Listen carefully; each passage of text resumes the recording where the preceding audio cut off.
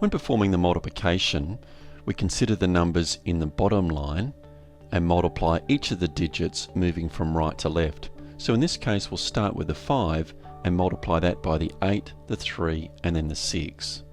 In the first case, 5 8s are 40, so we put a 0 down, which is the second digit, and we carry the first digit, which is the 4. We perform the next multiplication by saying 5 3s are 15, add the 4 that we've carried over to get 19. We put down the 9, which is the second digit, and we carry the 1, which is the first digit. The next multiplication is to say that 5 6s are 30. We add the 1 and that gives us 31. Now we're okay to write down both the 3 and the 1 this time because we've finished all the multiplications that we can do with 5 in the bottom line. We now move to the left and consider the 7's digit.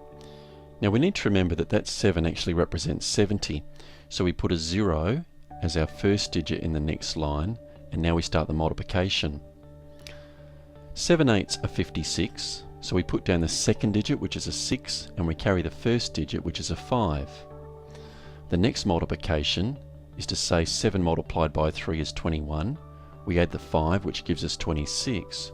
We put down the second digit 6 in our solution, and we carry the 2. The final multiplication for the 7 is to say 7 6s are 42.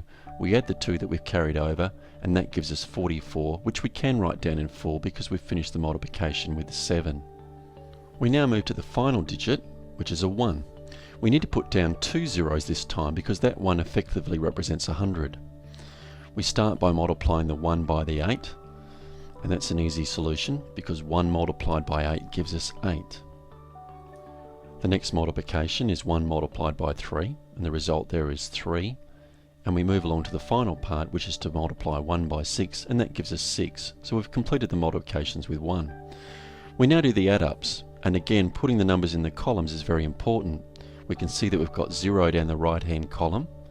Moving along to the next column, 9 and 6 and 0 come to 15, so we put down a 5 and we carry the 1. Looking to the next column, we've got a 1 that we've carried over, and we've got 1, 6 and 8, so that comes to 16, so we again carry the 1. When we look to the next column, we've got the 1 that we've carried over, and we also add 3, 4 and 3, and that gives us 11.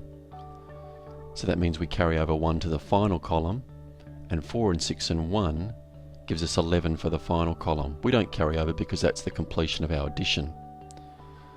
So the final solution for our multiplication is that we get 111,650.